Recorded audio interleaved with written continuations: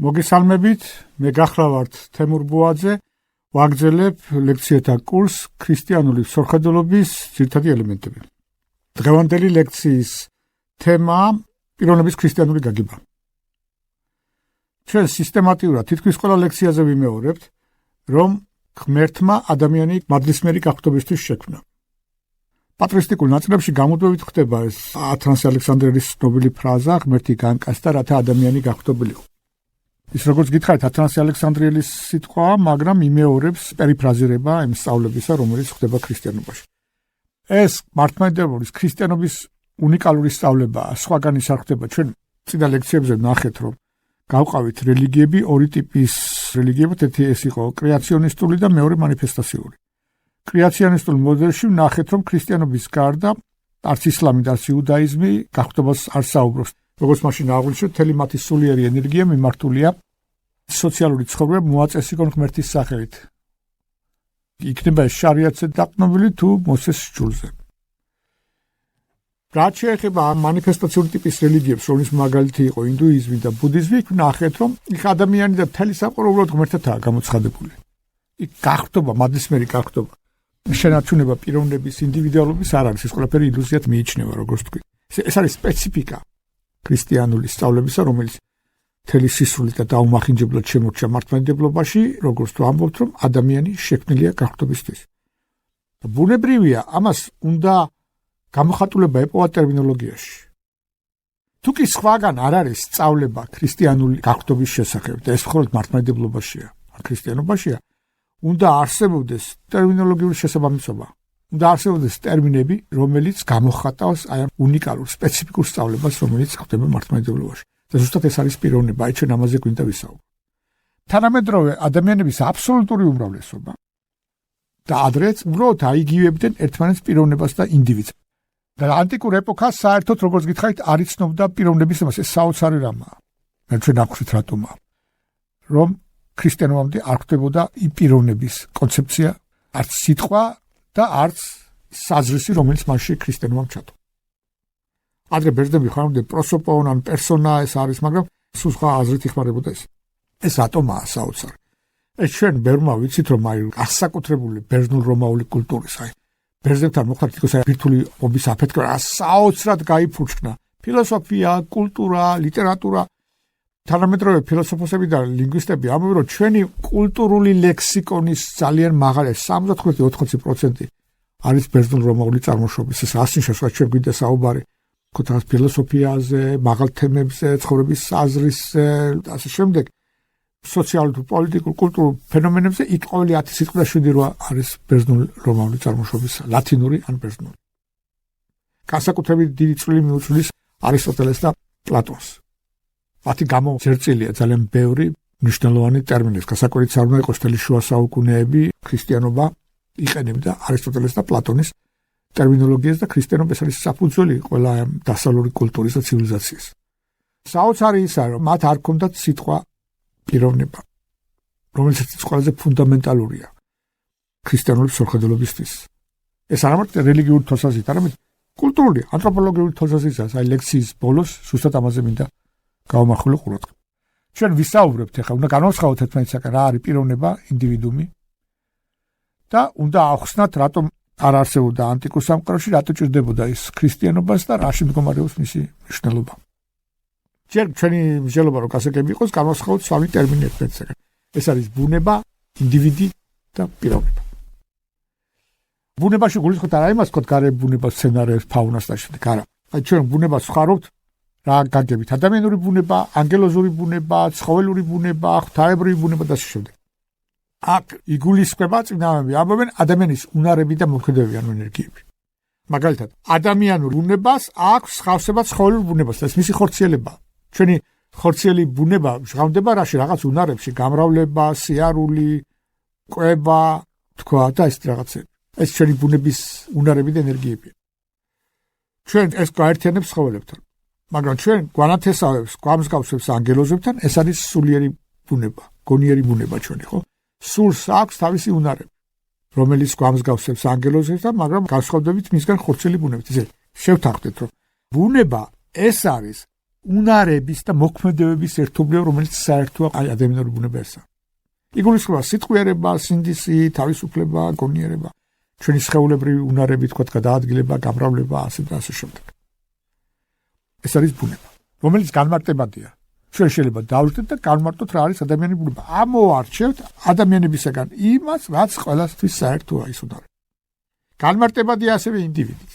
რატომ? იმიტომ ინდივიდი ძალიან ბუნებაში რჩება. ინდივიდი ეს არის ბუნების კონკრეტული, ინდივიდუალური და შეზღუდული გამოვლენა. აი ჩვენ ვართ ადამიანები, ხო? ყველა ვატარებთ ადამიანურ ბუნებას, მაგრამ ამ ადამიანურ ბუნებას ვავლენთ კონკრეტულად და შეზღუდულად. ყველა ადამიანში არის აზროვნების უნარი. მაგრამ ამ აზროვნების უნარს კონკრეტულად აინშტაინი არ უნდა საოცარი ინტენსივობით, მეორე არის ბრიყვი. ყველა ადამიანს აქვს სიბრძნის დაგროვების უნარი, ერთმა დააგროვა, გახდა სოკრატე, მეორე სულელია. ჩვენ გვაქვს ძალა, ფიზიკური ძალა, ხო? ყველა ადამიანის დამახასიათებელია სხეულებრივი ძალა. ერთი ტალახაძეა უზარმაზარ სიმძივეებს ეწევა, მეორე უსუსურია. ჩვენ ყველას მეტყველების უნარი გვაქვს, ერთი საუბრობს ლოგიკურად, წყობრად, გარკვევით, მეორე ასოციაციურად, თქვათ, გაუგებრად, ჩქარად ასე. ნახეთ რა არის. ყველა ინდივიდი ეს არის საერთო ბუნების კონკრეტული და შეზღუდული რატომა? თქვენ თუ დაიბადეთ მაგალითად თეთრკანიანი მამაკაცი ქართველი, არა ხართ მაშინ ქალი, ხო? ადამიანი არ არის ხოლმე თეთრკანიანი მამაკაცები ქართველი, ხო? არის ფერადკანიანი, არის ქალი, არის ყოველი ინდივიდი ეს არის ბუნების კონკრეტული და შეზღუდული გამოვლენა. ეხლა კითხები დავსვათ რა არის? ბუნებაზე ისვის კითხვა რა? აი ადამიანის ბუნება რისგან შედგება? რა არის ადამიანის ბუნება? რა კითხვა დაისმება ინდივიდზე? როგორ ავლეს, როგორი ინტენსივობით ვლინდება ესა თუ ის უნარი მათი ბუნების? როგორ აზროვნებ, როგორ მეტყველებ, როგორ დადიხარ? ყველა ინდივიდს ესმის აი ეს კითხვა, როგორ ვლინდება? აი კონკრეტულ შემთხვევაში როგორ ვლინდება ადამიანური ბუნება? აი ამიტომაა რომ ძველ ბერძნებს არ ჭირდებოდათ სიტყვა პიროვნება, მათთან არ არის გაქთობაზე საუბარი, მათ აინტერესდა როგორ. ბერძენს აინტერესებდა როგორია იდეალური ადამიანი, როგორ უნდა იცხოვროს ბრძენმა, როგორი უნდა იყოს სახელმწიფო, როგორი უნდა იყოს განათლების სისტემა, როგორი უნდა იყოს სამართლიანობა პოლისში და ასე შემდეგ. რატი ჭირდებოდათ ეს სიტყვა როგორ და მეტი არაფერი. ამიტომ პიროვნებაზე ასად დაღლაპარაკობდნენ. მათში ინდივიდი განისაზღვრებოდა როგორც ქალაქში როგორ ცხოვრობდა, როგორც იურიდიული პირი და ასე შემდეგ. როგორ უნდა იცხოვროს, მეტი არაფერი არ აინტერესებდა. მაშინ როდესაც პიროვნება სხვა არის, პიროვნება სხვას კითხვას ჩვენ ინტუიციურად ლაპარაკობთ, ჩვენ გვაქვს რაღაც ისეთი, რომელიც არ დაიყვანება არც ადამიანურ ბუნებაზე, არც ინდივიდზე, ანუ მის სხეულზე და მის ფსიქიკაზეც კი. ამას ინტუიციურად გრძნობთ. ისე თქვა, ჯერტივის ქრისტიანებმა იცის, რომ ჩვენ, როდესაც გარდავიცვლებით, კარგავთ ჩვენი ინდივიდუალობის ერთ-ერთ ფუნდამენტალურ ნაწილს, ესაა ჩვენი სხეულებრივი და ჩვენი ფსიქიკის ელემენტები, ხო, რომელიც სხეულთან დაკავშირებულია. მაგრამ პიროვნებას მაინც ვინარჩუნებ. მაგრამ ამის დანახვა შეუძლია თვით ისეთ ადამიანსაც, რომელიც არ არის ქრისტიანი და არ წამს თქვა სულის არსებობა. ესეთი შეიძლება რომ დავიწყო. თვითონ დამჭირდება. ჩვენ როგორ ეპოქაში ვცხოვრობ, ტექნოლოგია იმდენად წავიდა წინ, რომ შეგვიძლია პროტეზები გააკეთოს ადამიანმა ცალკეული ადამიანური ორგანოების და რობოტები. სრულყოფილად შეიძლება შეასრულოს რაღაც ფუნქცია უკეთესად კუდრებ ბუნებრივს. ადამიანს უაოდდება გული, შეუძლია გადაუნერგო და სხვა ხელოვნური გული ჩაუსვან ან ხელოვნური თირკმენი ან ფეხის ხელის მაგათ პროტეზები. რომელიც ელექტრონული იქნება smart და ძალიან კარგად შეასრულებს თავის მოვალეობას, აი თვალებს უდგამს, ემბრმეებს და რაღაც. ელონ მასკი მასაც ლაპარაკობს, რომ ადამიანის ტვინში შეუძლია რაღაც ინტეგრირება გააკეთოს ისეთი კომპიუტერული ნაწილების hard disk იქნება პლატა თუ რა, რომ ადამიანს გაუზრდის მახსოვრობის უნარს და მის ინტელექტუალურ უნარებს გაზრდის. ამაში არაფერი წარმოუდგენელი არაა. ტექნოლოგია ვირთადება წარმოუდგენელი სისწრაფით და იმის პროტეზი თქვა, ან ხელოვნური ორგანოს შარგა, რომელიც ადრე თირკმელი იქნება, გული იქნება თქვა, ძალიან მალე შესაძლებელი გახდება. აი ავატარი რომ არის ფილმი, იქაც ხო არის შეხვდებით, არის ძალიან სრულყოფილი რობოტი, რომელსაც იყენებენ როგორც სამხედრო რობოტს, ხო ჩარჯდება მასში ადამიანი. არაფერი არ არის იმაში წარმოუდგენელი, რომ ადამიანმა შექმნა სრულყოფილი რობოტი, რომელიც იდეალურად დაემორჩილება ადამიანის გონებას და შეასრულებს იმ ფუნქციებს, რასაც ჩვენი ცალკეული ორგანო ასრულებს. მაგრამ ჩვენ ხო ვიცით, რომ ჩვენ არ დავიყვანებით ამ რობოტზე, როგორი დახვეწილიც არ უნდა იყოს ის ნახევარგამტარები, ელექტრონები, რაღაცა ჩვენ სხვა ვართ. გვაქვს ჩვენ იდეალური რობოტი, ხო? როდის სხეული, ხო? რასაც უნდა შეისწავლო ეს რობოტი, ვერ გაიგებს შენ პიროვნება როგორი ხარ. თუ შენგან დამოუკიდებელია. მარტო ეს კი არა. ჩვენ არ დავიყვანებით ჩვენ ფსიქიკაზეც, ხო? აი წარმოგიდგენთ პატარა ბავშვის ფსიქიკურ ცხოვრება სულ სხვანაირია. ჩვენ რადიკალურად განსხვავდებით იმის რა. ადამიანმა შეიძლება სინანული დაიწყოს მოზრდილმას და სრულიად განსხვავდებოდეს მისი შინაგანი სამყარო იმისგან რაც ადრე იყო. არისტოტელეს სხვა კონტექსტში მოყავს ალექსანდრე მაკედონელის მაგალითი. აი ამბობს, ალექსანდრე მაკედონელი როცა პატარა იყო უსუსური, კარგად ვერ ლაპარაკობდა, კარგად ვერ დადიოდა. 30 წლის შემდეგ მთელი მსოფლიო დაიპყრო. დადიოდა სხვანაირად, მანერები ჰქონდა, სხვანაირი ფსიქიკა, გაბატონებული იყო მთელ სამყაროზე. მაგრამ ჰქონდა რაღაც საერთო პიროვნულობა. ეს პიროვნება არ დაიყვანება არც სხეულზე, არც ფსიქიკაზე. ერთი მაგალითი მინდა კიდე მოგიყვანოთ. იყო ესე ძალიან ცნობილი ფიზიკოსი, ნობელის პრემიის ლაურეატი ლევ ლანდაუ, რომელმაც მოვიდა ავარია და ამ ავარიის შედეგად ჩავარდა კომაში და დაავიწყდა თითქმის ყველაფერი. ვერასოდეს ფიზიკოსი ვეღარ გახდა, თავის სახელი და გვარიც ვერ ეუთხრეს. ცოლის სახელიც არ ახსოვდა, მაგრამ ნელ-ნელა დაიწყო აღდგენა. ვერასოდეს ვეღარ გახდა ის ფიზიკოსი, იმიტომ კოლოსალური ინფორმაცია ერუდიცია ის ვეღარ აღიდგინა. მაგრამ ხო შეინარჩუნა თავისი მე. იცოდა რომ აი ეს ავარიამდე ის იყო დიდი ფიზიკოსი, რაღაც საკეთებდა, ამის მახსოვრობა ქონდა თავისი იდენტობის გაცდა, რომ ის იყო, მაგრამ ეხლა უკვე დაკარგა აი ეს მახსოვრობა, ხო? ეს მახსოვრობა ხო ჩვენი თვით ცნობიერების, თვით აღქმის უზარმაზარი ელემენტი, როცა ჩვენ თავზე ვლაპარაკობთ, უპირველეს სკოლისა ვლაპარაკობთ აი მახსოვრობის პოზიციიდან, ხო, რას ვაკეთებდით, როგორ ცხოვრობდით, როგორ გავიზარდეთ, რა არის ჩვენი ინტერესები, ვისთან დავდივართ და ასე შემდეგ. აი ამასაც რო კარგავს ადამიანი, ინარჩუნებს მის პიროვნულს, იგი ვისი თქვა მინდა რომ პიროვნება არ დაიყვანება ინდივიდს. უფრო მეტია. ჩვენ ნახეთ რომ ბუნება განიმარტება, ინდივიდი განიმარტება, მაგრამ პიროვნება არ განიმარტება. რატომ? იმიტომ რომ არ დაიყვანება იმაზე რაც განმარტებადია. განმარტება რა არის, რაც ვიცით, იმით მარტავთ ახალს, ხო? მაგრამ რა კი ეს პიროვნება არ დაიყვანება არც ბუნებაზე და არც ინდივიდზე განმარტავია. რაღაცა ინსტანცია ჩვენში რომელიც ამას აღემატება. ეს რომ მან განიმარტება, ეს ძალიან კარგია. ქრისტიანობა ჩვენ გვასწავლის რომ რაღაცები რომ არ განიმარტება, ეს როცა არის ცუდი, ჩვენ ვერ განმარტავთ ღმერთს. თუ ღმერთის განმარტება დაყვანა მასე რაღაც ცნობილზე მის დაკარგვას ნიშნავს, ხო? ჩვენ შეგვიძლია სულ ღმერთზე ვილაპარაკოთ, მის განგებულებაზე, მის სიკეთეზე, მაგრამ განმარტებით ვერ განმარტავთ. აი ესეა პიროვნება. პიროვნება ვლინდება, მაგრამ ის განმარტავია. როგორც გითხარით, ქრისტიანობამ შემოიტანა, ჭირდებოდა რომ შემოეტანა პიროვნების ცნება, თუ უფრო მაღალი ხედვა აქვს ადამიანს. აი რატომ ჭირდება ქრისტიანობას პიროვნება? უფრო მაღალი ტერმინი, უფრო მაღალი ინსტანცია ვიდრე ინდივიდია. ადამიანები პიროვნებები ყოველთვის იყვნენ. ქრისტიანობამდე, ანტიკური სამყაროში როცა ცხოვრობდა ადამიანები, ქრისტიანობამდე ისინი რა თქმა უნდა იყვნენ პიროვნებები. მე-4 საუკუნემდე ადამიანი პიროვნებები იყო, მე-4 საუკუნეში კაბადოკიელმა მამებმა გამოძერწეს ეს ტერმინი რომ ჭირდება. რა თქმა უნდა იყვნენ, მაგრამ არ ქონდა ტერმინი აღსანიშნავი. და იქ სრულყოფილად ვერ ვლინდებოდა პიროვნულობა ჩვენ ნახავთ ამას. ადამიანი ყოველთვის იყო პიროვნება, მაგრამ ფილოსოფიას და რელიგიებს არ ქონდათ ეს ტერმინი ის ზუსტად აღსანიშნავი. რატო ჭირდებოდა ქრისტიანობას პიროვნება? აი ჩვენ თქვით რომ პიროვნება არ დაიყვანება ინდივიდზე, ისე როგორც ადამიანის მე არ დაიყვანება რობოტზე, ხო? თუ კი ადამიანი არ დაიყვანება რობოტზე, მას შეუძლია ერთდროულად მართოს ორი რობოტი. ხო, адვილი წარმოსადგენია. აი ზუსტად რაღაც ისეთ ხდება. პიროვნება გაძლევს საშუალებას შენი ბუნებრივი საზღვრების შეზღუდულობის გარეთ ახვიდე. აი ამის მაგალითი. ჩვენ ვლაპარაკობთ რომ ღმერთი განკაცდა. ღმერთს ქონდა თავისი იპოსტასი, მეორე იპოსტასი სამებისა, რომელიც არის ღმერთი, ლოგოსი.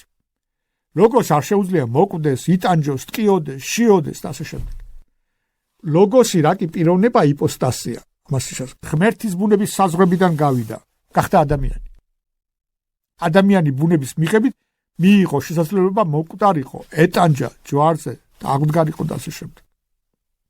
ის იმიტომ რომ პიროვნებაა.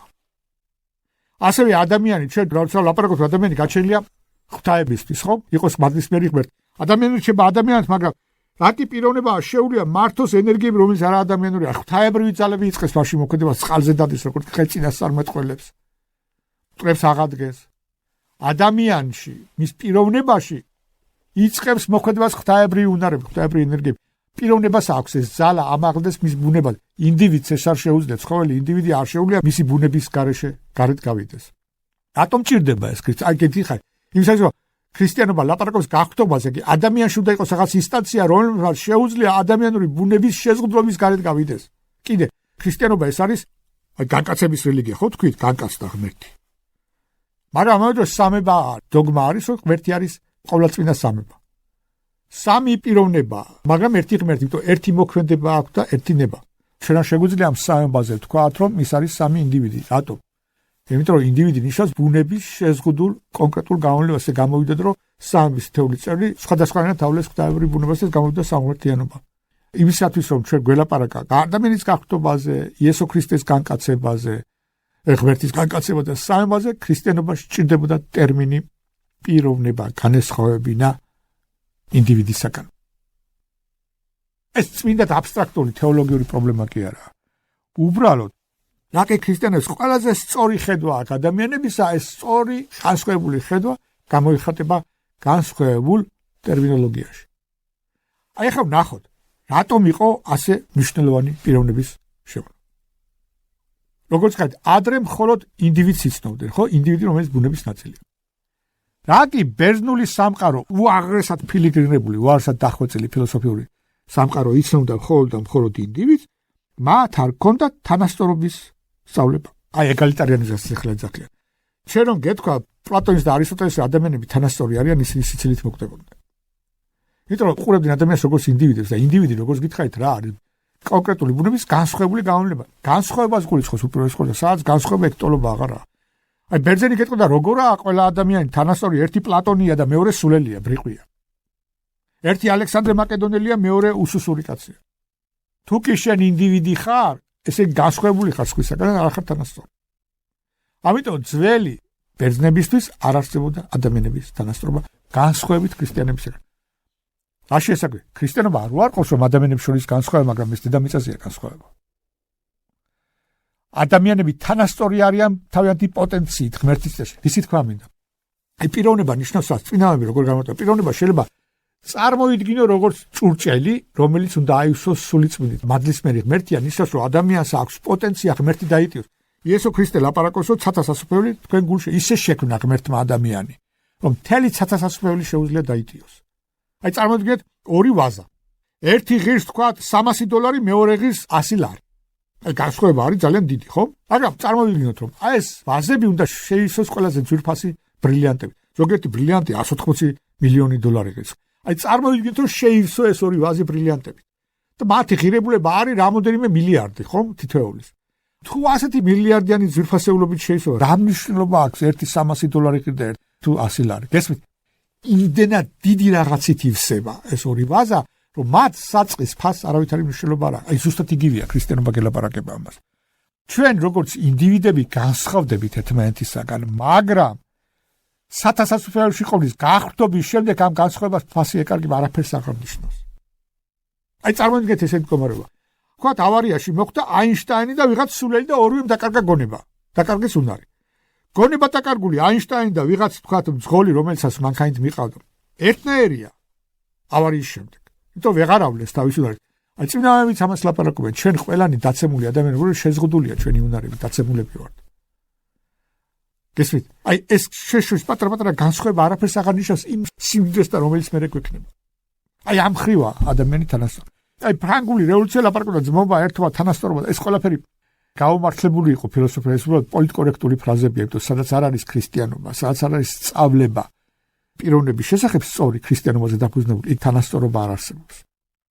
აი ერთი მე დაუბრუნებით ამას ძალიან დიდი ღვთისმეტყველი ბერძენი სიზულასი ამბობდა, რომ ქრისტიანები არიან, მართლმადიდებლები არიან პიროვნებები და აკრიტიკებდნენ მას, ეს პიროვნულობა ადამიანისთვისებაა. არ არის კონფესიონალური, რა თქმა უნდა, ამას ალაპარაკობდა ზიზულასი, რომ მხოლოდ მართლმადიდებლები არიან პიროვნებები, მაგრამ უბრალოდ იმის თქმა უნდა და ყველა პიროვნება, მაგრამ ყველაზე მეტად ვლინდება პიროვნულობა ადამიანში, რომელიც ნამდვილი ქრისტიანი, ნამდვილი მართლმადიდებელი და ამაზე ვილაპარაკებთ რატო? მე აი გამოვლინებებს. პირველი მოიტანა რა? ქრისტიანობა მოიტანა რომ ადამიანები არიან თანასწორი. ეს იდეა ადრე არ არსებობდა, არ შეიძლება არსებულიყო. მეორე რა არის? სამართლიანობის იდეა. რაკი ყველა ადამიანი თანასწორია, სამართლიანობა ნუ იყოს, ყველას უნდა მიეგოს თანასწორი. ესეთი რაღაცას არ იცნობდა ანტიკური სამყარო. აი პლატონმა შექმნა მოძღვრება იდეალური სახელმწიფოს და არისტოტელესაც აქვს. იქ თანასწორობის იდეა არ არსებობს. იქ სამართლიანობა ნიშნავს ყველას მიაგო ის, რაც ეკუთვნის, ზოგს მეტი, ზოგს ნაკლები როგორც ეკუთვნის. ზოგი მეფია, ზოგი მონაა, ზოგი ეს. მაგალითად კანტი ლაპარაკობდა, რომ ადამიანს არ აქვს ფასი, ადამიანს აქვს ღირსება. ღირსება ის არის, რომელიც შეფასება არ შეიძლება. გასხვისება. შენ რაკი დაიბადე ადამიანი ხარ უნიკალური. შეუცვლადი. ამაში მოდის შენი ღირსება. საიდან მოდის შეუცვლელობა ადამიანის უნიკალობა? მისი პიროვნებიდან. და ინდივიდი მემკვიდრეობითია, განმეორებადია. ჩვენ სხეულის ინდივიდუალურ თვისებებს, ამ ფსიქიკურ თვისებებს ვიღებთ მემკვიდრეობით ჩვენი მშობლებისაგან. განმეორებადია. ის რაც უნიკალური და განუმეორებელია, ანუ ფასი არ აქვს, ანუ ჩანაცვლებადი არ არის, ეს არის ჩვენი პიროვნულობა. ამან კიდე რა მოიტანა? არ შეიძლება განიმარტოს ადამიანი. ჩვენ თქვით, შეუძლებელი არაცნობრივ ადამიანს შიში აქვს იმისა, რაც არ განიმარტება, მაგრამ ეს ხშირად ძალიან დიდი უპირატესობაა. რა კი პიროვნება არ დაიყვანება მის ბუნებაზე და ინდივიდზე არც მისი განმარტება არ შეიძლება. ანუ რას ნიშნავს? რატომაა ეს კარგი? თუ ძველად არსებობდა მაგალითად ერთ-ერთი ყველაზე ცნობილი განმარტება, Homo sapiens, რას ეს? ადამიანს განმარტავს როგორც გონიერ არსებას. წარმოიდგინე პატარა ჩვილი არაა გონიერი. ანუ ადამიანი მოხუცა და დემენცია აქვს, ესე იგი აღარ არის ადამიანი. აი ქრისტიანობა ლაპარაკობს ყველა ადამიანის თავმავალი ადამიანი მიუხედავად ისა რა ამონარებს როგორ არის. არის სხვა განმარტება, აი მაგათ არისტოტელე ლაპარაკობს ზონ პოლიტიკურ ადამიანის ეს პოლიტიკური ცხოველი. ესე რა შეიძლება თუ კი ადამიანი არ არის პოლიტიკაში სრულყოფილი ადამიანი არის, ხო?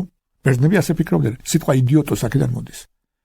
იდიოტოს ნიშნავდა ადამიანს, რომელსაც არ აქვს შესაძლებლობა და უფლება პოლიტიკურ ცხოვრებაში ჩაერევოს, ამიტომ არასრულყოფილია. აქედან მოდის მე ანტიკაპი, ანუ იდიოტია ის ვინც შეზღუდულია და არ არის როგორც ჩვეულებრივი, უახლოებით კონოტაცია, მაგრამ დასაწყისში ამას ნიშნავდა ადამიანს, რომელსაც არ აქვს პოლიტიკურ ცხოვრებაში მონაწილეობის უფლება.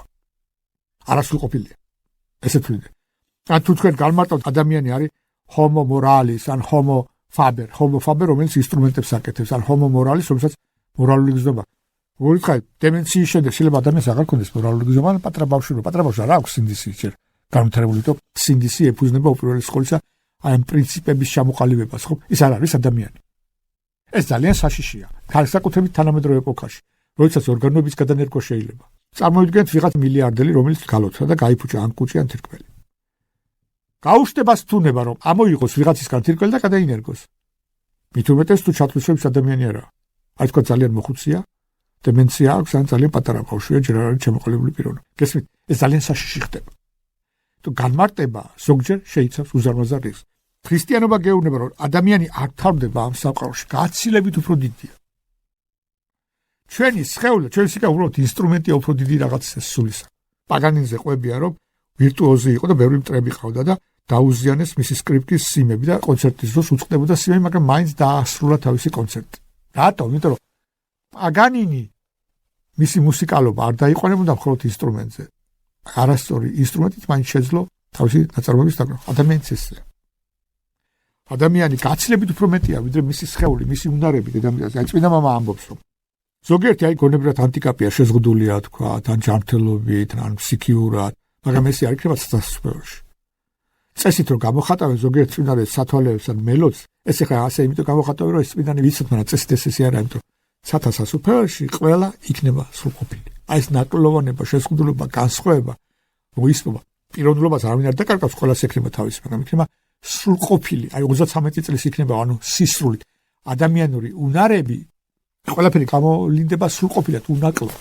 ყველა ადამიანი სათა სასუფეველს დაიტევს თავის თავში. ამიტომა ადამიანი თანასწორი. კიდე რა არის? ადრე რაკი პიროვნულობაზე ადამიანს ლაპარაკობ ინდივიდზე, ინდივიდი რაღაც ბუნების ნაწილი ხარ, ხო? ამიტომ ადამიანი აღიქმებოდა როგორც სახელმწიფოს ნაწილი პატარა. სახელმწიფო ფაქტობრივად ღმერთი იყო დედამიწაზე, ამიტომ აღმერთებდნენ, აი ამ ფარაონები იქნებოდა, იმპერატორები იქნებოდა, მეფეები თუ ასე შემდეგ. და რაკი ადამიანი იყო ნაწილი სახელმწიფოსი, ამიტომ იქ არსებობდა ადამიანს უნდა შეწიროდა მთელ საზოგადოებას, უნდა არ უნდა. ქრისტიანობამ გააუქმა ეს. აი ქრისტიანობა გეუბნება, რომ შენ არ ხარ სახელმწიფოს ნაწილი, უბრალოდ უფრო მეტი ხარ.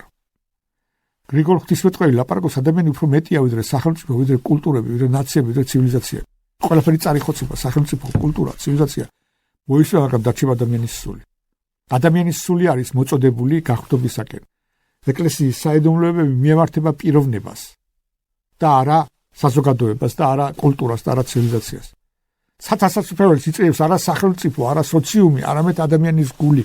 აი ქრისტიანობა მოიტანა, რომ ადამიანი დააყენა ყველაზე მაღლა. გრიგოლ ღვთისმეტყველი ლაპარაკობს, ძველი ბერძნები ეძახდნენ ადამიანსო მიკროკოსმოს, ანუ სამყარო დიდი მაკროკოსმოსი და ადამიანი მისი ნაწილი მიკროკოსმოსი, ხო, პატარა სამყარო. ესო არასწორიაო. ესე თაგვზე შეიძლება ლაპარაკი, რომ თაგვი და ცხენი და ჟირაფი არის ამ სამყაროს ნაწილი, მაგრამ ადამიანი უფრო მეტია. რომ გადის ამ სამყაროდან.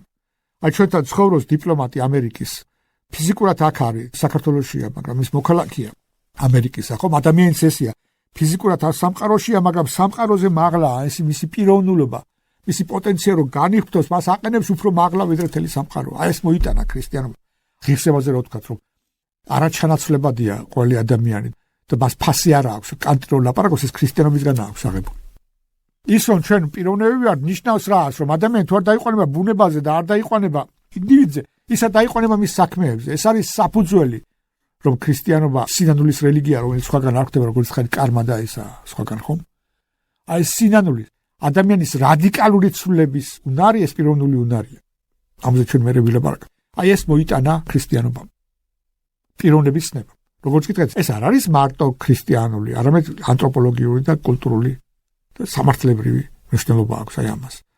აი ეს რაც ქრისტიანობა მოიტანა. ეს გამოიხატება ყველგან თითქმის. ისიც თქვა მინდა რომ აი ადრინდელმა სამყარომ არ იცოდა ბიოგრაფია. ეხლა თქვენ გაგიკვირდებათ როგორ არ იცოდა ბიოგრაფია, აბა რა არის პლუტარქე რო წეს ამდე ეს არ არის ბიოგრაფია ქრისტიანული გაგები. პირველი ავტობიოგრაფია დაწერა ნეტარმა ავგუსტინემ.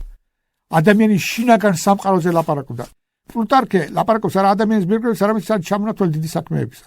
აი დაწერა პლუტარქემ თქვა ცეზარის ბიოგრაფია. რას აკეთებს? არ აინტერესებს როგორ იყო ცეზარი, როგორ იყო თქვა შინაგანი სამყარო, როგორ ვითარდებოდა. იწყებს ცეზარზე ლაპარაკს მისი დიდი საქმეებით. აი პირველად სულა მოთხოვა შენ ცოლს გაშორდიო და არ გაშორდა წინააღმდეგობა გავწა დაიწყო დიდი საქმეები. ძველი ანტიკური ბიოგრაფია ეს არის დიდი საქმეებზე ლაპარაკი და თხრობა და არა ადამიანის შინაგან სამყაროზე. სრულყოფილი იყო ხელოვნება ბერძნების პლასტიკური, როგორი არქიტექტურა აქვს და როგორი ქანდაკებები აქვს სრულყოფილი. რომელიც უკეთეს არ შეიძლება, მაგრამ შინაგანი სამყარო არა, თვალები არ აქვს ფაქტობრივად არ ხო ხედავს. შინაგან სამყაროს ბერძენი ერთ ფიდიას და ერთ სხვა არ გამოხატდა ეს შინაგანი სამყარო ის რომ ადამიანი მხოლოდ გარეგანი სამყარო კი არა, შინაგანი სამყაროა, რომლის ფერისცვალებაა. საჭიროა მოიტანა ქრისტიანობა და გაჩნდა თვალები და ის როსევიროა თქვა რომ ეს რენესანსის ხელოვნება წარმოიშვა ქრისტიანული და ანტიკური ხელოვნების შეჯვარებით. გარეგანი სრულყოფილი ფორმა ანტიკური სამყაროსი და შინაგანი სამყარო მოიტანა ქრისტიანობა. ამას უკავშირდება პიროვნება. რაც ერესებია, მისი ახსნა შეიძლება, იმიტომ რომ აი ნესტორიანიზმი იქნება ეს თუ არიანიზმი, თუ მონოფიზიტობა, თუ მონოთელიტობა, ეს ყველაფერი არის ის, რომ ერთმანეთში ურევდნენ ეს ერეტიკოსები, არ ითვალისწინებდნენ განსხვავებას პიროვნებას და ინდივიდს შორის. იმას, რომ ერთ პიროვნება შეიძლება აერთიანებდეს ორი ბუნება, აი რაც იესო ქრისტეშია. თუ ამას უარყოფ, მაშინ ან არიანიზმში ვარდები, ან ნესტორიანიზმში. ჩვენ რა ვთქვით, რომ პიროვნება არ განიმარტება. მაშინ როგორ ვილაპარაკოთ მას? ისევე როგორც ღმერთის შემთხვევაში ვიქცევით. ღმერთი არ განიმარტება, მაგრამ საუკუნეების განმავლობაში თეოლოგია ყველაფერი ლაპარაკობს ღმერთის შესახებ. როგორ? ღმერთზე ვლაპარაკოთ მის გამოვლინებებში. როგორ ვლინდება ღმერთი? აი ასე უნდა მოიქცეთ პიროვნების შემთხვევაში. პიროვნებას ვერ განმარტავთ და ძალიანაც კარგი რო ვთქვით, რომ ვერ განმარტავთ, თუ რაც ღმერთთან წილნაღარია, ის არ განიმარტება. ჩვენ გვაქვს სული, სულს ხო ვერ განმარტავთ. ბიბლიაში წერია სული შთაბერა ღმერთმა. განიმარტება ისაც მიწას ეკუთვნის, იმიტომ რაც ცნობილია. და სული არ განიმარტება. პიროვნება სულზე უფრო მაღლა დგას. თუ კი სული არ განიმარტება, პიროვნებაც არ განიმარტება. პიროვნების და სულის გაიგივება არ შეიძლება, სული უნარებია, როგორც გითხარით, პიროვნება არის ინსტანცია, რომელიც მართავს სულსაც. მაშინ რა არის ეს პიროვნება? აი ვილაპარაკოთ მის გამოვლენებზე, რაში ვლინდება პიროვნება უპირველეს ყოვლისა. მე თქვენ გითხარით ფრაზა ესეთი. ბიჟიზულასი ლაპარაკობდა, რომ პიროვნება ვლინდება სათნოებში, ანუ ქრისტიანობაში ყველაზე მეტად. ყველას აქვს პიროვნება, მაგრამ გამოხატულება პაულოს პიროვნებაში. ვავიღოთ ისეთი მაგალითი, ავიღოთ კომპასი. კომპასი რეაგირებს ელექტრომაგნიტურ ტალღებზე, ხო? ელექტრომაგნიტური ტალღა მოქმედებს თელ კორპუსზე კომპასის, მაგრამ ყველაზე ხილული ეს არის მის ისარზე, ის არის მოძრაობა. აი ზუსტად ესეა. ქრისტიანობა მოქმედებს თელს ადამიანზე, მის სხეულზე, მის სულზე, ფსიქიკაზე, მაგრამ ყველაზე მეტად არსი აისახება ადამიანის პიროვნებას. აი დავიწყოთ რას ნიშნავს ეს. დავიწყოთ სათნოებები. ქრისტიანობის სული არის სამი სათნოება: სასოება, რწმენა და სიყვარული, ხო? პავლე მოციქული ლაპარაკობს აი სამი მთავარი სათნოებაო, ქრისტიანული რწმენა, სასოება და სიყვარული, აქედან უმთავრესი არის სიყვარული. აი ნახოთ, როგორ მჟღავნდება პიროვნულობა, თქვა რწმენაში. იმისათვის გაიგო, უნდა დავაკვირდეთ რა კონტექსტში ხმარობს იესო ქრისტე სიტყვას რწმენას. სიად მორწმუნეს ან რომ შენ რწმენა გაქვს ვისაკებს. ჩვენ ხო ამაზე ადრე ვისაუბრეთ. იესო ქრისტე როცა რწმენა გაქვსო, არ გულისხმობს შენ რომ ღმერთის არსებობა გჯერა. პეტრეს რა არ ჯეროდა იესო ქრისტე რომ ღვთაებრივი ძალით მოქმედდა და წყალს რო დადიოდა? რა თქმა უნდა. მაგრამ ღმერთმა უთხრა რომ შეხარ სიად მორწმუნე პეტრე ამხილა. რატო? იმიტომ რომ შეეპარა ეჭვი რომ მასა შეეძლებოდა ღმერთივით ევლო წყალზე. ხედავთ? იესო ქრისტე გეუბნება რწმენა ვლინდება დაჯერებაში რომ შენ შეგიძლია ღმერთივით იცხოვრო. სიად მორწმუნე ხარო უთხრა მართას და მარიამს, თუმცა ისინი ამბობდნენ რომ მეოძღვარო შენ ყოფილიყავ ვიცით რომ ჩვენი ძმა არ მოკვდება. ეს შეუძლია მხოლოდ ღმერთს, ხო? მაგრამ უცხაციეთ მოწმე, რატომ? იმიტომ შენი რწმენით შეგიძლია შენი ძმა აღადგინო. ესმით ისე იესო ქრისტე რწმენა შენ რწმენა გაქვს, ეძახის რომ შეგიძლია იმოქმედო როგორც ღმერთმა. შენმა რწმენამ განკურნა უთხრა, ხომ? სისხლიდან დედაკაც. შენმა რწმენამ გადაგარჩინა. რწმენა გულისხმობს რა? ზუსტად ასაც ლაპარაკობ. რწმენა გულისხმობს დაჯერებას იმისას, რომ ადამიანს შეუძლია გავიდეს ადამიანური ბუნების შეზღუდულობის გარეთ. სასოება რა არის? ჩვენ აზევს სასოებ. სასოებთ იმაზე, რომ ღმერთი გვაცხოვნებს. ქრილ ღმერთებად გადაიქცევით საცაცოფლოში იქნებით, დავждებით მამის მარჯვენით. ყველა წმინდა მამა ლაპარაკობს, რომ იესო ქრისტე რო დაждდა მარჯვენით, რას ნიშნავს? თვითონ ღმერთია, სულ მამის გვერდითაა. დაждდა ადამიანური ბუნებით. შუა საუკუნეებში იყო ასეთი რიტუალი, რომ როდესაც იმპერატორი ან მეფე თავის მემკვიდრეს მარჯვენით დაიცვამდა, ეუბნებოდა, რომ ჩემი მეფობის დროს ის გახდება ჩემი თანამეფე, თანაიმპერატორი, გიორგი მესამე, დარწმუნებული ყოფილიყო, რომ თამარ მეფე აღიარებდნენ მეფეს მისი გარდაცვალების შემდეგ, მისი მეფობის დროს დაისვა მარჯვნივ. ამით გამოაცხადა, რომ ის ჩემი თანამეფეა ეხლა. მეფობს შემთან ერთად. ამ სიმბოლოთი, ძველი სიმბოლოთი მიანიშნა უფალმა, რომ ადამიანის ბუნება დაждდა ღმერთის გვერდით. რომ ადამიანში იწყებს მოქმედებას ღვთაებრივი ენერგიები. ამიტომ იყო რომ ქნილ მეოთხე იპოტას უწოდებდნენ წმინდანებს. ეს არის სასოება. სასოება იმედი იმისა, რომ ადამიანი გახდება როგორც ღმერთი. ამას გულისხმობს სასოება, რომ გადავჩება. სიყვარული ყველაზე მეტად ავლენს. ყველაზე დიდი ინსტრუმენტია პიროვნებში. წინამები ამბობენ, რომ სიყვარული არის ყველაზე დიდი საიდუმლოება. იმიტომ ისეთ რაღაცას გაძლევს, რომელიც წარმოქმნა არ შეიძლება. რატომაა, რომ ღმერთის ყველაზე ადეკვატური სახელი არის სიყვარული. და ღმერთის ბუნება და პიროვნულობა, შენი პიროვნულობაც ვლუნდება ყველაზე მეტად აი ამ სიყვარულში. ამაზე ვისაუბროთ ახლა. ბერძნული ენა ძალიან ფილოსოფიური და საღვთისმეტყველო ენაა და მარტო ერთი სიყვარულის აღსანიშნავს 4 სიტყვა აქვს. რატო ლაპარაკობ ამაზე? იმიტომ ეს 4 სიტყვა საფეხურებრივად მიგვანიშნებს, როგორ უახლოვდება ადამიანი ღმერთს და ემსგავსება მას. ადამიანური ბუნების შეზღუდულობის საზღვრებიდან გადის აი ამის გვამიდეთ როგორ ხდება. პირველი ამბობენ ყველაზე დაბალი სიყვარული ეს არის ეროტიული სიყვარული. ეროტიული სიყვარული ეს არის ქალისა და კაცის სიყვარული. მაგრამ თუ კარგად გაიგებ ეროტიულ სიყვარულს, ის გვამსგავსებს ღმერთთან. აი რუსთაველის, ნესტან დარეჯანისა და ტარიელის სიყვარული ამ ასპექტით უყურებთ. ჩვენ ვიცით დანტეს ღვთაებრივი კომედია. თქვათ, აი ქებათა ქება წმინდა წერილის. ან სხვა მისტიური პოემები, სუფიები და ესე, რომლებიც კაცსა და ქალის სიყვარულს ამსგავსებენ ადამიანის და ღმერთის სიყვარულს, ხო? რატომაა ეს? იმიტომ რომ ეს ქალისა და კაცის სიყვარული, რა თქმა უნდა, ხორცელი არის გულისხმობა. ძალიან გავს ღმერთის სიყვარულს. აი როგორ ამაგად. რატომ გავს ქალის და კაცის სიყვარული ღმერთის სიყვარულს? რატომ არის ეს ქებათა ქებაში ეს სიმბოლურად გამოსახული სასიზო და სცადა? სანამ ადამიანს კაცს ქალი შეუყვარდება, თვალებს აცეცებს, შეიძლება უამრავი ქალი მოწონდეს ერთდროულად. აი ესეც ლამაზია, ესეც კარგია. მაგრამ საკმარისია ვიღაცა ნამდვილად შეუყვარდეს, ინტერესს კარგავს სხვებისადმი. რა იმიტომ კი არა რომ სხვები ცუდი არიან, იმიტომ სიყვარულის ბუნება ერთი ვინც გიყვარს ნამდვილად მერე სხვა აღარ გაინტერესებს ამ თვალსაზრისით. ასეთია ჭეშმარიტი სიყვარული ღმერთისა. როდესაც შენ გიყვარს ღმერთი, სხვა ღმერთებისადმი გულგრილი ხარ. აღარ გაინტერესებს ცუდია. ამიტომაა რომ ხშირად ისრაელს როცა აკრიტიკებს ღმერთი, თქვენო სხვა ღმერთებთან მრუშობთ, აი ამ ტერმინოლოგიას კატეგორიებს იყენებს. ჩვენ ვინც გიყვარს, მონუსხული ვართ, მის და სულ მასთან ერთად გვინდა ვიყოთ, ხო? აი ჭეშმარიტი რელიგიურობაც ესეთია.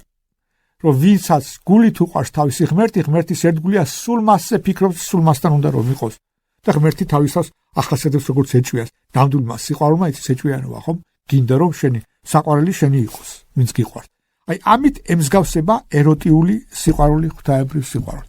ამიტომ იყენებენ სიმბოლურად. სუფიები იქნება ეს, ვეფხისტყაოსანი, დანტე თუ სხვა აი სპარსული პოეზია იყენებს ძალიან ხშირად ქალისა და კაცის სიყვარულს. ღმერთის სიყვარულის საილუსტრაციო. ეს არის პირველი საფეხური ეროტიული. მასზე უფრო მაღალია სტერგო, ანუ ოჯახური სიყვარული. სტერგო რა არის? სტერგო ეს არის შვილის სიყვარული მამისადმი, მშობლებისადმი და მშობლების სიყვარული შვილისადმი.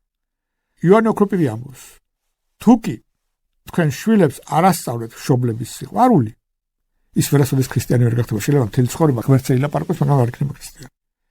მშობლების სიყვარულის ისინი და მნიშვნელოვანია, რა 10 მცნება რო აიღოთ. პირველი 4 მცნება ეხება ადამიანის დამოკიდებულებას ღმერთისადმი, ხო? ერთი არის ღმერთი და მე ყოველად არ ახსენო ღმერთის სახელი და შემდეგ, ხო? შემდეგ როდესაც იწყება ადამიანებს შორის ურთიერთობაზეა მცნები არაკლა არა იპარო და რაღაც. ყოველს თავში რა არის? გიყვარდეს მშობელი და პატივეც მას. რატომაა ასე კიდევ მეორე? იმიტომ რომ შენი მშობლების სიყვარული არის გზა ღმერთის სიყვარულისაკენ. რატომაა ეს? აი იონე ოქროპირი ელაპარაკება თავის სცენარებს. თუ შენ გინდა შეამოწმო, გუყარხარ თუ არა ჩვენ შვილს, დააკვირდები. არის თუ არა შენი მადლობელი და გიჯერებს თუ არა მორჩილება აქვს თუ არა. ყველანაირი სიყვარული არ არის ნამდვილი სიყვარული. შეიძლება შენ გიყვარდეს ვიღაცა ეგოისტურად უნდა გაწყობდეს. მაფიოზებსაც უყვართ ასე თავიანთი შეფი. იმიტომ რომ ფულს აძლევს. ნამდვილი სიყვარული მადლიერებაში გამოიხატება და მორჩილებაში. ესე იგი თუ კი ბავშვმა არ ისწავლა თავისი მშობლების მადლიერება და სიყვარული, ის ვერც არ ისწავლის მადლიერებას და სიყვარულს. რა არის მინდობაა, ხო? რატომ გავს მშობლიური სიყვარული, ღმერთის სიყვარული? ბავშვი მიენდობა მშობლებს, ხშირად ვერ ხედავს ყველაფერს, მაგრამ მადლიერია, იმიტომ იცის რომ მის მშობელს, მამას მისთვის უნდა საუკეთესო, თავსაც გაწირავს მისთვის. და ხანდახან რომ ჟის, ხანდახან რაღაცას უგზალავს, რაღაცას თხოვს, ამას თხოვს იმის გამო რომ მისთვის სიკეთე უნდა. ამის რწმენაა ეს. ამიტომ ეს მშობლებისადმი სიყვარული, მადლიერება და მორჩილება გულისხმობს რწმენასაც შენი მშობლის სიკეთის. ზუსტად იგივე ლოგიკა აქვს ღმერთის სიყვარულს. ნამდვილი სიყვარული, მშობლების სიყვარული სწავლობს სიყვარულს, მორჩილებას და მადლიერებას ღმერთისადმი. ასევე მშობლის სიყვარული შვილისადმი რაც გულისხმობს თავგანწირვას, ხო? შენი ცხოვრების მიზანი ეს იყო შენი შვილებისთვის, შენი ოჯახისთვის იზრუნო, ხო? ამით გავს სტერგო ამაღლებულია ეროტიულ სიყვარულზე, იმიტომ თავდადების ელემენტს, მორჩილების ელემენტს შეიცავს. მორჩილებას და მადლიერებას ამაღლებულია ეროტიულ სიყვარულზე. შემდეგი სიყვარული, უფრო მაღალი, ეს არის ფილიო. ფილია ნიშნავს მეგობრობის სიყვარული. ეხლა ძველ ბერძნებს და ქრისტიანობას მეგობრობა სხვანაირად ესმის. აი არისტოტელეს ეუბნებიან, რომელსაც მე წინა მამების ხმარობენ ძალიან ხშირად. ვინ არიან მეგობრები? მეგობრები არიან ისეთი, რომელსაც არის ერთი სული ორ სხეულში. სული არის სიმბოლო მისწრაფებებისა. ორი მეგობარი, ნამდვილი მეგობარი, ერთად უერთობიან იმას კი არ იგულისხმება. ორი მეგობარი, ნამდვილად არის ნამდვილი მეგობარი, როდესაც რაღაც მიზანი აქვს, რომელიც მათი ეგოისტურ მიზნებს ცელდება. მეგობრობენ არა იმიტომ, რომ ერთმანეთი აწყობთ, არამედ აქვთ მაღალი მიზანი, რომელსაც ემსახურებიან მთელი არსებით. თანამშრომლობენ, აი სინერგია, ჩვენ ვთქვით, რომ მართლმადიდობა ქრისტიანობა სინერგიული რელიგიაა, ეს სინერგია, თანამშრომლობა ორ მეგობარ შორის. ქრისტე ლაპარაკობს, როდესაც 2 და 3 კაცი დადგება ერთად, ჩემი წვეთ მე მათ შორის ვარ. რატო ლაპარაკობს 2 და 3? ან რატო გაუშვა პირველად მოციქულების საკადაგებად 2-2? იმიტომ რომ ღმერთის სიყვარული არ შეიძლება თანამშრომლობის საერთო იდეის თანამშრომლობის გარეშე. როდესაც ადამიანი სწავლობს ნამდვილ მეგობრობას, მისი სული მაღლდება ღმერთთან. რატო? იმიტომ ნამდვილი მეგობრობა შენი ეგოიზმის დაძგურმას გულისხმობს, ემსახურო რაღაც საერთო მაღალ საქმეს. ადამიანს არ აკმაყოფილებს მარტო მიწიერი ცხოვრება. აი რატომაა რომ განიცდიან ფეხბურთის მატჩებია თუ რაღაც სპორტული შეჯიბრებები გულშემატკივრობენ და ზოგს ადამიანს ინფარქტიც კი ემართება რომ მისი გუნდი წააგებს. რატომ? ამიტომ ჩადებულია, შეიძლება ახლა არასწორად ვლინდება, მაგრამ ჩვენში ჩადებული ადამიანში არის მოთხოვნილება, ჩადებულია ეს მოთხოვნილება, რომ ემსახუროს იმას, რაც მისი ყოფითი პრობლემებიდან გადის და ითანამშრომლოს სხვებთან. აი ნეტარი აგუსტინიანი და არაფერი ისი არ აერთიანებს ადამიანებს როგორც სიყვარული. აი ეს ჩადებულია ჩვენში, რომ ვემსახუროთ რაღაც მაღალ იდეას და ამას სწავლობს ადამიანი ნამდვილი მეგობრობით. კიდევ მეორე ამ მეგობრობაში იგულისხმება რაღაც იდეისადმი მსახურება, საკუთარი შეზღუდულებიდან გარეთ გასვლა. ყველაზე მაღალი სიყვარული ეს არის აღაპე. აი აღაპე სრულყოფილი სიყვარულია. აღაპე სადაც არის, იქ არის სრული მსგავსება მამა ღმერთთან. როგორი სიყვარულიაო? წინამამები რასავენ იონე ოქროპირი ხშირად ლაპარაკობს. აღაპე ეს არის სიყვარული, როდესაც ადამიანი აღარ არჩევს ვინ არის კარგი, ვინ არის სუდი, ვინ არის ბოროტი, ვინ არის კეთილი. აი როგორც სახარებაში წერია, რომ იყავით როგორც მამა თქვენიაო, რომელსაც ერთნაირად უყვარს, ყველა როგორც მზე ერთნაირად ანათებს ბოროტზე, კეთილზე და ასე შემდეგ, აი ასეთი უნდა იყოს. სრულყოფილი სიყვარული ეს არის სრულყოფილად დაძლევა ადამიანური ბუნებისა. ეს სული წმინდით მადლითაა შესაძლებელი მარტო, რომ ადამიანისთვის არაბუნებრივია ერთნაირად უყვარდეს მისი მტერი და მოყვას. იმიტომ რომ ყველას ერთნაირად უნდა ემსახურო. უნდა განიცდიდე სხვის ბედნიერებას და სიხარულს როგორც საკუთარსაც, აი წმინდა მამები ამას აღწევენ. ეს ადამიანის ბუნების გარეთ გასვლა შეიძლება სული წმინდის მადლის მიერია, გახტობის ნიშანია. უპირველეს ყოვლისა ადამიანი წებს გახტობას, როდესაც სრულყოფილი სიყვარულს იძენს. რატომაა ეს ესეცნაირი? აი წარმოვიდგინეთ, აი თქვათ ორი ქალი სამსახურში ერთად მუშაობენ, ერთმანეთს მტყობენ, მაგრამ ერთმა გაიგო რომ მეორე შვილი გარდაეცვა, ან ძალიან ძვირფასი, შეიძლება უთანაგზოს, იმიტომ ეს ისეთი უბედურებაა. რომ გაუშვდეს მისადმი თანაგზნობა, მაგრამ აი თქვათ გაიგო ერთმა რომ მეორე მოიგო $10,000, ან $10 მილიონი ლატარიაში. ისე გაუხარდება როგორც მის მტერს უხარ, რა თქმა უნდა. ეს არ შეუძლია. შეზღუდული ბუნება ამ საშუალებას არ მოგწევს, იმიტომ ისე სრულყოფილად გიხაროდეს შენი მტრის სიხარული. აი წმინდა მამები ამას აღწევენ. აღწევენ როგორ? აღწევენ სული წმინდის მადლის მოქმედებით, თორსა აი იზღუდება ეს ადამიანური ბუნება, ჩვენ ადამიანური ბუნება ეს დაცემის შემდეგ ეგოიზმი შემოიტანა. აი ესე იგი, როდესაც ადამიანი საფეხურებზე მაღლდება სიყვარულისა, მაშინ ვლინდება უპირველეს ყოვლისა პიროვნულობა. პიროვნულობა რაში გამომჟღავდება კიდე? სინანულში როგორც თქვი. то სინანული ეს არის უარის თქმა. არა მარტო შენს ცხოვრებაზე, შენს საქმეებზე, შენს ბუნებაზე უარის თქმა არის. აი ეს არის პიროვნულობა და პიროვნება ვლინდება ასევე მარხვაში. თუ მარხვა ეს არის უარი თქვა იმაზე, რაც საუკეთესოა. ღმერთის რაღაც მაღალი იდეის სახელით. ძის პროდუქტები არ არის ცუდი. მაგრამ ჩვენ მასე უარს ვლაპარაკობთ ღმერთის სახელით. უფრო მაღალი იდეის სახელით. ადამიანი დაბადებულია და მასში ჩადებულია სიცოცხლის შენარჩუნების და გამრავლების ინსტინქტი და ამაში არაფერი ცუდი არაა. თუ კი ადამიანი ყველაფერს აკეთებს იმისთვის, რომ იცხოვროს და გამრავლდეს კანონიერად, ამაში არაფერი ცუდი არაა, მაგრამ ზოგიერთი ღვთის სახურების გამო, ღმერთის იდეის გამო უარს ამბობს ერთ-ერთს გამრავლებაზე, ოჯახზეც და შეიძლება მოწამეც გახდეს. პიროვნება მიიღწევა ღმერთის მსგავსებით. ხომ ჩვენ თქვით უნდა მივბაძოთ ღმერთს სათნოებებით და სათნოებებში ვლინდება პიროვნულობა, მაგრამ პიროვნულობის საფუძველი რა არის? ხატება ღმერთს, ღმერთის ხატება რა არის? ის რომ ჩვენ ვართ თავისუფალი, სიტყვიერი და სინდისიანი არსება. ეხლა შეიძლება ვინმეს გაუკუნდეს რაშუაშია პიროვნება, თავისუფლება, სინდისი და სიტყვიერი. თავშია. აი როგორა? ეს გვაძლევს საკუთარ თავზე ავმოაკლეთ. აი რისი თქვა მინდა. ადამიანი არის სინდისიერი არსება. სინდისი კანდახობს მას, რომ არ გაუკეთო სხვასის, შენ არ გაწყოს გაკეთო. ანუ რაღაცა მიზნისაკენ მიდიხარ და სინდისი გამხილებს იმ შემთხვევაში თუ კი შენი მიზნის მისაღწევად სხვას დააზარალებ. ეს არის სინდისის ხმა, რომელიც ჩადებულია ჩვენში, ეს ღმერთის ხმა და პატარა ბავშვობიდან არსებობს. სხვადასხვანაირად ვლინდება, მაგრამ წინამორბედები სინდისთან არ შეიძლება მოლაპარაკება, სინდისი შეიძლება ჩაახჩონ ძალით. ეს იმას ნიშნავს, რომ ის ჩადებულია ღმერთისაგან. სინდისის ხმა. რა კი ადამიანის სიტყვიერი არსებაა, სინდისის ხმას ავლენს მორალურ პრინციპებში. აი მაგალითად, მორალური პრინციპი სხვა არ უნდა იცრუო, არ უნდა გამოიყენო ცუდად, ცილი არ დაწამო, არ მოიპარო. ესეთი რაღაცები რა, რასაც მორალური პრინციპები, ეს არის სიტყვიერად, ვერბალურად გამოხატული სინდისის ხმა. ჩვენ მორალი ეფუძნება მაქსიმებს, პრინციპებს, რომელიც აბსტრაქტულად უნდა იყოს შემოყალიბებული. ანუ ვახსენე სიტყვა პრინციპი. პრინციპი განსხვავდება კანონისაგან. კანონს ჩვენ ყველა ვემორჩილებით. აი მსოფლიო მიზიდულობის კანონს ემორჩილების სულ ერთია ეს, გინდა ცხოველი ხარ, ადამიანი ხარ. მაგრამ პრინციპს ემორჩილება მხოლოდ ადამიანი და თავისუფლად. შენ თავისუფლად ირჩევ რაღაც კანონს, რომელსაც არ დაარღვევ. აი მაგალითად კანონი, არ იპარო, არ იცრო, ცილი არ სწამო, არ იმრუშო. ეს არის კანონები, რომელიც შენ დაუწესე შენ თავს, ეს არის პრინციპი. აი როდესაც შენ თავისუფლად იღებ და მთელი არსებით ემორჩილები კანონს, რომელიც სათასასწრაფოს ეკუთვნის, შენ უკვე დედამიწაზე მყოფობისას მაღლდები საკუთარ თავზე და ხდები სათასასწრაფოს მოქალაქე. ელჩის მაგალითი რომ მოგიყვანეთ. ცხოვრობს საქართველოში, მაგრამ ამერიკის მოქალაქეა. თუ შენ ცხოვრობ დედამიწაზე, მაგრამ ემორჩილები სათასასწრაფოს კანონებს სათასასწრაფოს მოქალაქეა, იესო ქრისტე ეუნება თავის სპენდელებს. თუ თქვენ გჯერათ, რომ მე ჩემი ხელით განვასხავ ეშმაკეს მოწევნული არის თქვენზე სასწრაფო ცათაი. ანუ რა, სასწრაფო ცათა არის იქ, სადაც ღმერთის კანონია გაბატონებული და თუ შენ რწმენა გაქვს ჩემი, რომ ღმერთი ვარ და ემორჩილები ჩემს წნევს, უკვე დედამიწაზე ხდები სათასასწრაფო. მაღლდები საკუთარ თავზე. როგორ მაღლდები? თუ საკუთარ ბუნებაზე მაღლდები. აი ჩვენ როდის ვიტყვით, რომ პეტრე უფრო მაღლა დგას ვიდრე პავლე. როდესაც პავლე ემორჩილება პეტრეს. აი მაშინ დგას, ხო? თუ შენ ღვთაებრივ კანონს ცნებას უფრო მაღლა აყენებ ვიდრე შენი ბუნების ნატურალურ მიდრეკილებას, მაშინ მაღლდები შენს ბუნებაზე. შენ ბუნება გეუბნება რომ იკვებო, გამრავლდე და იცხოვრო, მაგრამ თუ კი ამას ღმერთის წმენდის წინააღმდეგობას უწევ, ესე იგი რა, შენ ბუნებაზე მაღლა ამაღლდი. პიროვნულობის საფუძველი არის ეს, ანუ ეს ხატება უნდა გადაიქცეს სათნოებებად. ეხლა რატომ აქ ამას მნიშვნელობა კულტუროლოგიური და ასე შემდეგ. ესე ჩვენ რა ვთქვით, რომ ყველა ადამიანი პიროვნებაა. მაგრამ პიროვნებას სჭირდება გაზრდა და გამოვლენა. პატარა ბავშვის პიროვნება რა ვერ ავლენს, ხო? აი თქვა ქრისტიანი ავლენს პიროვნებას და პიროვნულობა ვლინდება განსაკუთრებით იქ, როდესაც იძლევა ადამიანური ბუნების შეზღუდვა, უფრო მაღალ რეალიებზე ორიენტირებული ხარ. თუ ასეთი მაღალი იდეალები არა გადარწმენა, არა გადარწმენა სასწრაფო სიყვარული და იმედი, მაშინ შენ ჩემი პიროვნება, მაგრამ შენში ვლინდება უფრო ინდივიდი, ვიდრე პიროვნება. რატომ აქ ამას მნიშვნელობა? ნახეთ, კულტურას წარმოშობს პიროვნებები. და კულტურას აქვს იგივე თვისებები, რაც პიროვნება. პიროვნება ეს არის უნიკალური და განუმეორებელი. კულტურაც არის უნიკალური და განუმეორებელი. და რაც უფრო ძველია კულტურა, მით უფრო ფასეულია. კულტურა მოდის კულტისაგან, ანუ ღვთისმსახურებისაგან.